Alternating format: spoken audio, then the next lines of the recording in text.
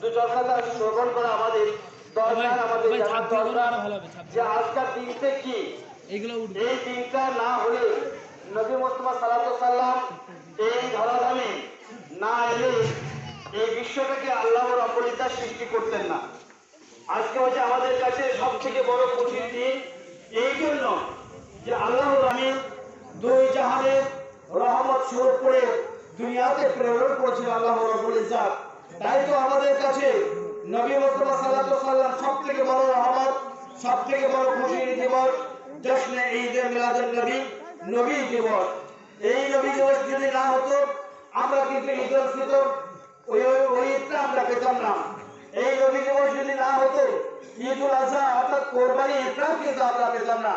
ঈদ পেয়েছি নবী দিবসের মাধ্যমে ওসিলাতে, কোরবানি নামাজ পেয়েছি অর্থাৎ নবী দিবসের ওসিলার মারফতে পেয়েছি।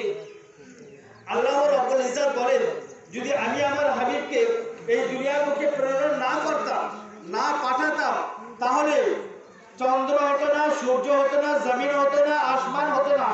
এক কথায় পুরো বিশ্বটাকে আল্লাহ রাব্বুল ইজ্জত সৃষ্টি করতেন না। মহান স্রষ্টা আল্লাহ রাব্বুল ইজ্জত বলেন, আমি যে রব সেই রবুবিয়াতকে পর্যন্ত প্রকাশ করতাম না। অর্থাৎ আল্লাহ রাব্বুল ইজ্জত আমরা আজ যে একত্ববাদী বলে বিশ্বাস করি, সে আল্লাহর পরিচয়টাকে আমাদের দিয়েছে। আল্লাহ রাব্বুল ইজ্জত উনি যে এক সকলে আমরা বিশ্বাস করি, সেই আল্লাহর একত্ববাদী সংবাদ কে দিয়েছে, খবরটা কে দিয়েছে? না দয়ার নবী সাল্লাল্লাহু আলাইহি সাল্লাম।